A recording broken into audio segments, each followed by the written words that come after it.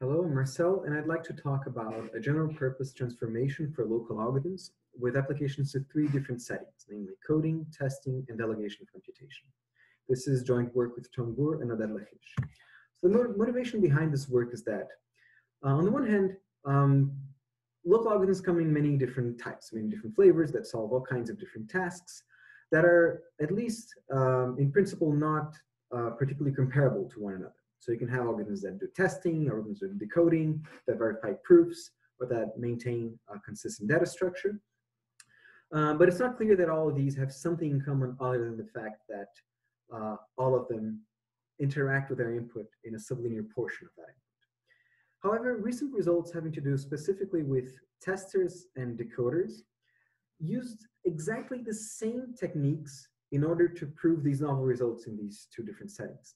So these techniques depend on relaxed sunflower lemmas, and this kind of begs the question of whether this reveals some sort of underlying structure between these two types of algorithms that might even be shared by a wider class of local algorithms, and whether we could even, by finding the suitable generalization, improve on these previous results. So before moving on, let me say a few words about sample-based algorithms, because both our result and these two previous results hinge on a transformation from algorithms of a certain type into a sample-based algorithm of the same type. So sample-based testers were first introduced by Goldreich and Braun, and these algorithms have a number of appealing properties. One is that it might be a more realistic model of access to an input. So it could be that having random access to any bit of a massive bit string is infeasible, but having, say, simple access to bits of this bit string is not infeasible. So it could be a more realistic model of computation for certain settings. Secondly, these algorithms provide privacy sort of out of the box, because the sampling and computation parts of these algorithms are completely coupled. They're completely independent. You first sample, and then you do some computation on the results of these samples, so that these types of algorithms don't leak any information to the agent that is providing random samples to it. And finally, perhaps more importantly for our case, they are more efficient in terms of repeated executions. So if you want to run, say, T distinct local algorithms, all with the same query complexity on the same input, then say we can think of these as being different statistics on a certain bit string. Then if we have no further assumptions, this implies a multiplicative increase on the query complexity of roughly T times log T, which becomes trivial if T is, say, of order n, the same order as the length of the input, because we could have just queried the entire input in that case. On the other hand, if these algorithms are sample-based, then we can do with only an increase, a multiplicative increase of log T. And this is because we can sample only once and then use the same sample on all T algorithms. And this makes these kinds of algorithms much more appealing when we, say, want to run different algorithms on the same input multiple times. Okay, so at a high level, this is what you obtain. Given a local algorithm that has a certain robustness property that I'll explain next, say that this algorithm makes a constant adaptive number of queries to the input and then solves a certain algorithmic problem.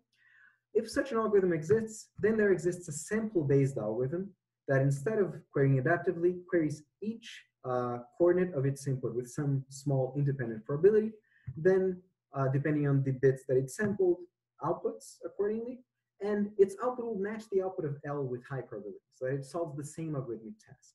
Of course, this increases the query complexity from constant to superlinear, or to sublinear, but crucially, the fact that it's sublinear, coupled with this efficient repetition of execution of a sample-based algorithm, allows us to prove interesting results with this transformation. So before going on to a formal definition, let me talk about two algorithms that intuitively exhibit a kind of robust behavior. The first is that of a property tester. That is an algorithm that approximately decides membership in a distinguished subset of bit strings, pi, which we'll call the property. It receives explicit access to a proximity parameter epsilon, query access to a string x, and it's supposed to decide whether x belongs to the property pi or if it's far in Hamming distance to this property. In other words, it computes this function f, which is 1 in pi and 0 if it's epsilon far. Of course, we can use the same algorithm to solve an easier algorithmic task. That, for example, of testing with proximity parameter 2 epsilon. And this amounts to computing this function g. But now, the tester not only computes g, it computes g robustly, because if we take any point that should be mapped to 0 by g, and then corrupt this point by a fraction of at most epsilon coordinates, then the tester will still reject this with high probability. So it doesn't matter whether the input is x or anything in the neighborhood of x, everything will be rejected regardless. This is not the case, for example, for this point y, which is rejected with high probability, but that is not necessarily the case for its neighborhood, because its neighborhood intersects this gray zone where the tester may output arbitrarily. The second example is that of a local decoder that takes, for a code that takes messages of length k into code words of length n, and this decoder works up to decoding radius delta. This decoder receives query access to some string that is promised to be close to a valid code word and receives explicit access to an index I. Its task is then to extract the ith bit of the message that maps to this code word. And again, this exhibits a kind of robust behavior intuitively, because it doesn't only work on perfectly valid code words, it works for anything that is close to a valid code word. And again, we can use this algorithm to solve an easier task, which is to decode up to a smaller decoding radius, delta over 2, which is the same as computing this function g. But now the original decoder computes the function g robustly, because we can take any point in the domain of g, corrupt it up to a fraction of at most delta over 2 coordinates, and decoding will still proceed with high probability, which is not the case, for example, for this point y, which even though it may decode with high probability, this is not necessarily the case for its neighborhood that intersects this gray zone. So this brings us to the following definition, where the first part simply formalizes what it means for randomized algorithm to compute a function. And we split the input to this function into 2 parts, where the first corresponds to the strings that the algorithm has query access to, and the second corresponds to possible additional explicit access that the algorithm may have access to. So we say the algorithm computes this function if the output of the algorithm matches the function on every point of the domain with high probability. Now, we say this algorithm is local if it makes a sublinear number of queries, but more interestingly, we say that it's robust with a certain parameter rho if for every 0 input x, that is to say, every input that is mapped to 0 by the function, it doesn't matter whether we give x or a point in the neighborhood of x to the algorithm. Either way, it'll output 0 with high probability. Okay, so of course we assumed 0 inputs to be robust, but it could have been 1 inputs without loss of generality. We'll assume 0 inputs to be from here on out. It's also the case that this definition is only meaningful for partial functions, because if the function is total, then robustness implies that the function is actually constant. It's the all 0 function. And this also succeeds in the task of capturing a wider variety of local algorithms, apart from testers and decoders, namely locally testable and correctable codes, verifiers for mallinear through proofs of proximity and PCPPs. But we stress that all the applications we have are exploit only our main theorem used on testers and decoders. So the main theorem is as follows. Any function that is computed by a robust local algorithm with a robustness parameter that is constant independent of the length of the input, if it makes q queries to the input and solves this function, then the same function can be computed by a sample-based algorithm with a sample complexity that is probably much larger than q, but is still sublinear in n.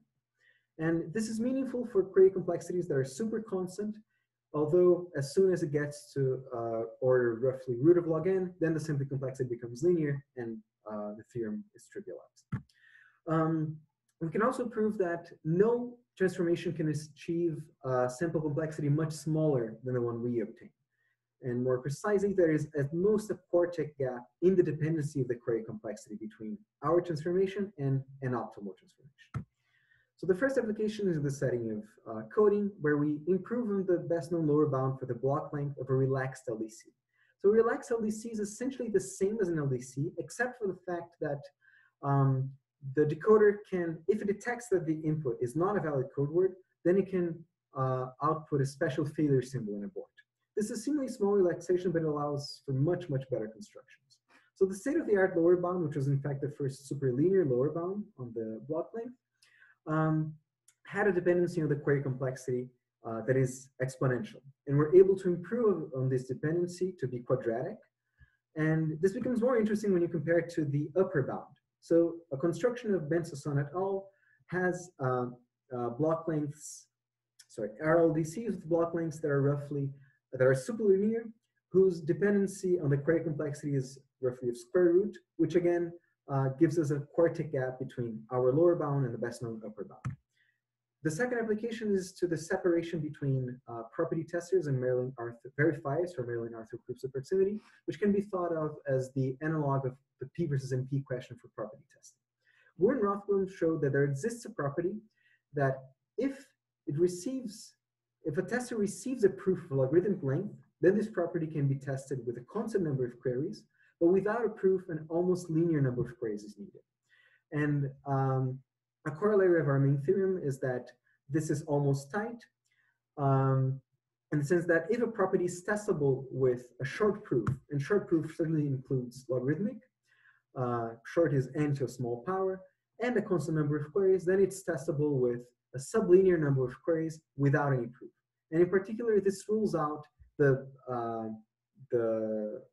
separation that is constant versus linear. So our third and last application is an extension of the main result of a paper by Fisher, Lachish, and Vasudev that previously only held for non-adaptive testers, and we now show to hold for adaptive testers as well. This is simply a translation from the main theorem to the language of property testing, in that any property that is testable with a constant proximity parameter and a constant number of queries admits a sample-based tester with a sublinear sample complexity that tests with a similar proximity parameter.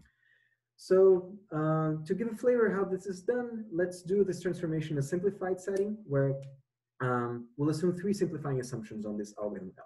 The first is that L is non-adaptive, which means that it can't query some coordinate, see the bit that's revealed by this query, and then use this information to choose the next coordinate. It has to first choose all the coordinates it wants to query them all at once, and then output a coordinate. So this is equivalent to saying that the query behavior of this algorithm is determined by a distribution over a collection of query sets. And these query sets all have size q and belong to the set of all coordinates. We assume this algorithm is one-sided, which is to say that if it should output 1, then it outputs 1 with certainty, not only with high probability. And this corresponds, for example, to testers that never reject when they receive a string that is in the property. We also assume a structure on this collection of query sets, namely that of a sunflower, where the pairwise intersection between any two query sets matches the intersection between all query sets.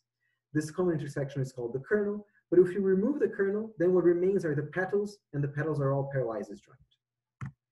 So we might hope to, by sampling, a large number of coordinates, we might hope to say sample many query sets and then see what L would have said on each query set, and do some aggregate decision on these votes that L gives. However, this leads to one immediate problem, which is that in order to sample any one query set fully, we need to sample every point of the kernel. But a point of the kernel is sampled with probability p, which we can think of as roughly 1 over n to a small power, which ensures that the sample complexity of the algorithm is sublinear. So this means that no query set will be sampled in its entirety with overwhelming probability. On the other hand, if we ignore the kernel, then many query sets will be sampled with high probability. So we'll get many partial views of query sets. And now here's where the robustness condition kicks in, because you can simply fill in a guess for the bits to the kernel And the robustness of L implies that L will behave similarly whether our guess was correct or not. So this leads to the following output condition, where we output 1 if and only if there is some kernel assignment that makes all votes of L be for 1. So let's assume then that the sampling proceeded and we sampled all the red and blue dots and did not sample the black ones, and in particular did not sample the kernel. Now we'll enumerate over all possible assignments to the kernel and see if some assignment gives us consensus of votes for 1. So we first tried the all zeros kernel assignment, which does not give a consensus of 1. Same thing holds for the 0-1 kernel assignment. Same thing for the 1-0. And now we go for the last kernel assignment, which is the 1-1.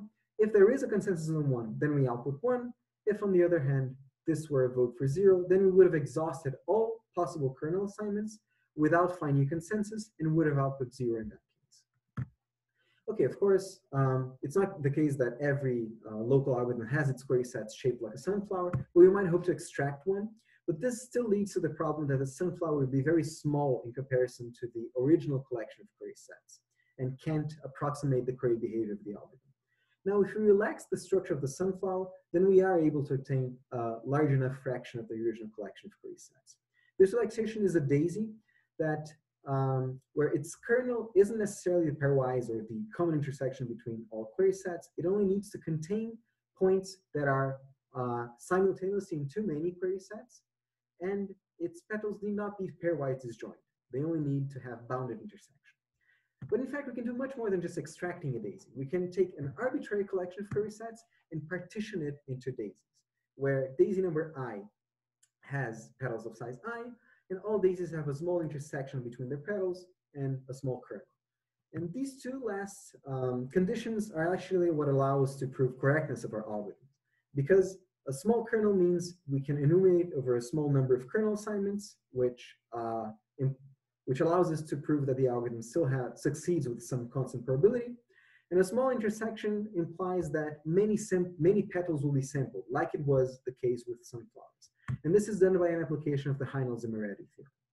So this allows us to prove the analogous result for non-adaptive and one-sided local algorithms, which is what Gruen-Lachish, the strategy that the Gruen-Lachish use, where if the error rate of the algorithm is small enough, then there exists some daisy that approximates the query behavior of the algorithm well, and we can just ignore everything else. However, if we move on to the adaptive and two-sided setting, we come up to significant challenges, mainly those arising from adaptivity. An adaptive algorithm has its query behavior defined not by a distribution over query sets, but by a distribution over decision trees, which are much more complicated objects. We can, in some sense, translate between one language to the other, and we do have the fact that some daisy always approximates the query behavior of the algorithm well. The problem now is that it can be a different daisy for each input. And since we don't have access to the entire input, we don't know which daisy it is, so that we can't just throw everything but one daisy away. A smaller, in comparison, but still significant challenge is that if the algorithm is two-sided, then we can't hope for consensus, because even when we guess the correct kernel assignment, there will be some disagreement between the votes that L gives. So these challenges are surmountable and lead to a surprisingly simple algorithm, where the first step is exactly the same as before. But now we enumerate over all daisies except for daisy 0, which is degenerate, and all assignments to the kernel of these daisies, and do this tallying of the votes for one that L gives on queried sets whose petals were sampled. So if this tallying crosses a certain threshold on any such kernel assignment, then we output 1.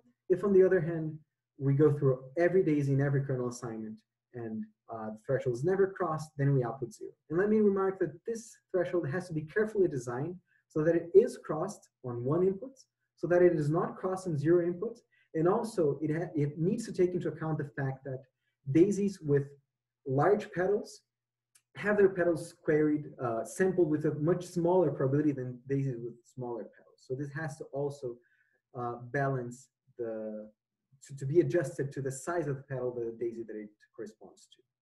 So let me close now with a few open problems and possible directions for further research. One is to close this quartic gap between our lower bound and the best known upper bound for the block length of a relaxed locally decodable code.